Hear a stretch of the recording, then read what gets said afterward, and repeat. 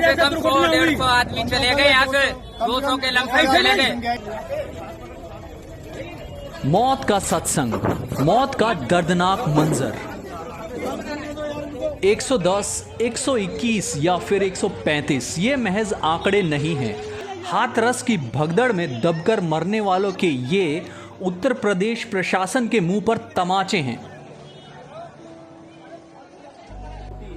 उनकी लापरवाही के लिए यह तमाचे वक्त के साथ और बढ़ने वाले हैं।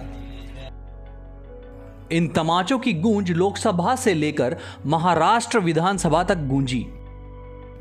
जख्मों पर मरहम लगाने के लिए नेता पहुंचे, हालात का जायजा भी लिया, मुआवजे के नाम पर चंद रुपयों की खैरात भी बांट दी गई और कहानी खत्म। बार बार हर बार यही होता है।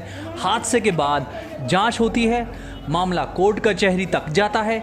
सालों के लंबे इंतजार के बाद जब सजा मिलती है तो पता चलता है सजा पाने वाला ही नहीं रहा।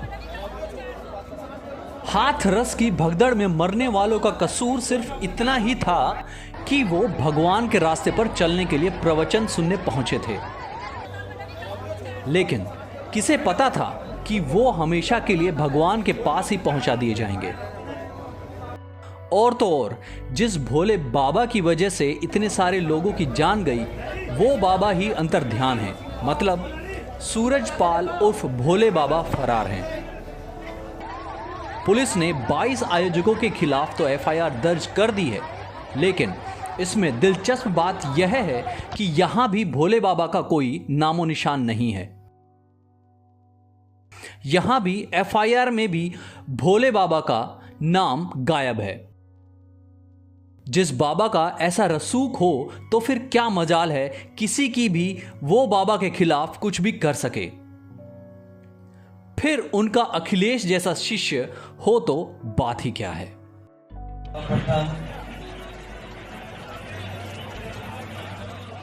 नारायण साकार जी की संपूर्ण ब्रह्मांड में सदा सदा के लिए जय जयकार हो।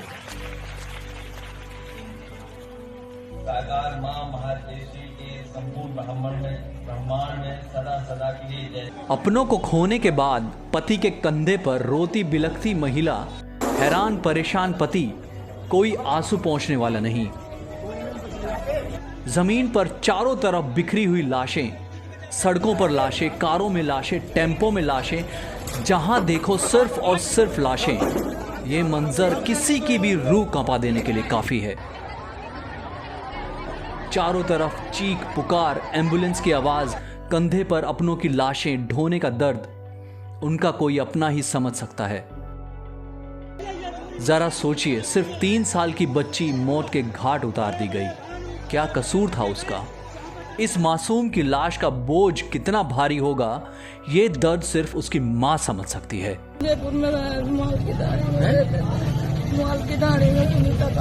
डॉक्टर भगवान का दूसरा रूप माने जाते हैं, लेकिन लाशों के सामने ये भगवान भी हार मानता नजर आ रहा है। गोद में बच्चा है, लेकिन बच्चे की सांसें बची हैं या नहीं पता नहीं। कई लोगों को पता नहीं है उनके अपने कहां खो गए हैं।